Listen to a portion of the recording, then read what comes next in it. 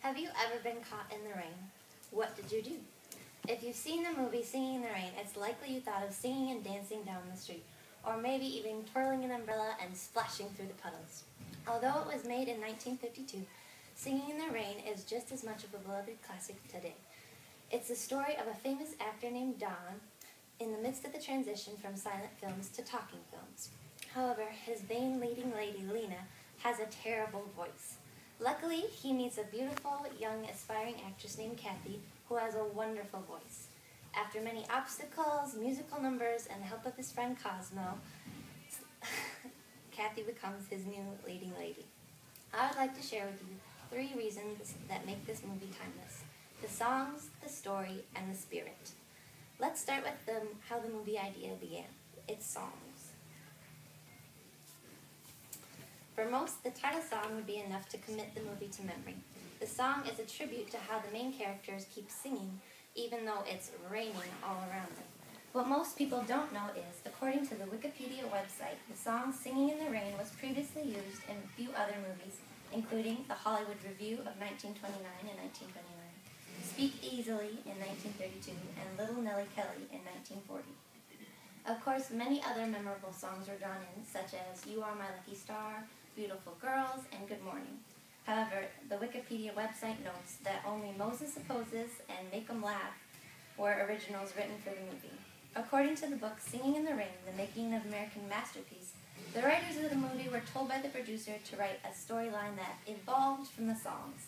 The producer had already chosen the title song, but gave no further instruction than to write a story around songs from his own catalog. This explains the beautiful and bizarre songs that fill the movie. They were not just written to add to the story. Although the story was written to fit the songs, its message could not have been more timely. Which brings us to the next point, the story.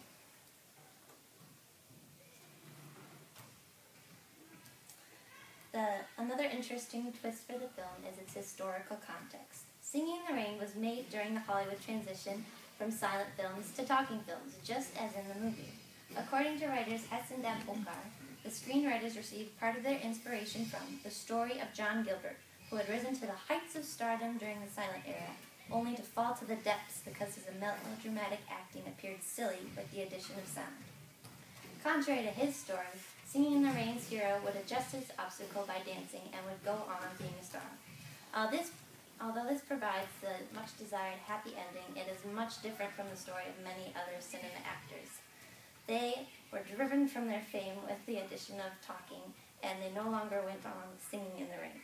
While the movie mocks the problems from the early years of talking pictures, the making of Singing in the Rain was actually filled with many of the same problems. For example, in the movie, the character Lena's screechy voice is shown to be dubbed by character Kathy's rich, deep voice. However, according to the Internet Movie Database, in the making of the film, when Kathy is supposedly dubbing Lena's voice, it is actually Lena's actress, Jean Hagen, who is speaking and talking. Another amusing scene shows Lena's microphone in the front of her shirt and picking up too much of her heartbeat so you can't hear her voice. This actually happened to Kathy's actress, Debbie Reynolds, while they were filming.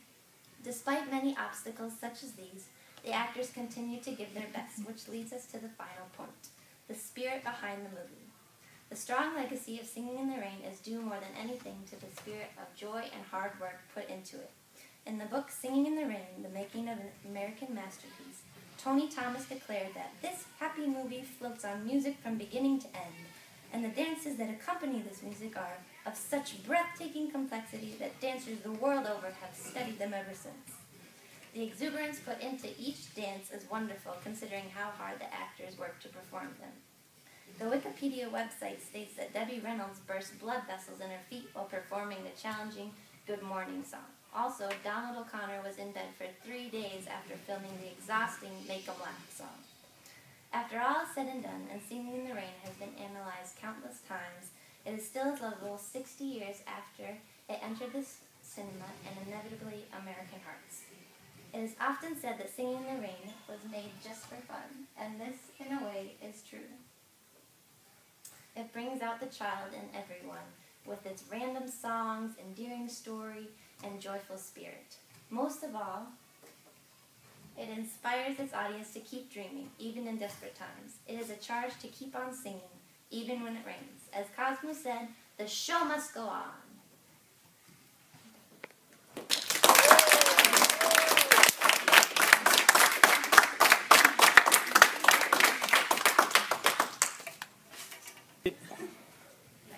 Scan everybody. Everybody smile. Hi! Smile for the camera. Wait a second. You want it like this, don't you? Yeah. Take two. Take 7 on the ground.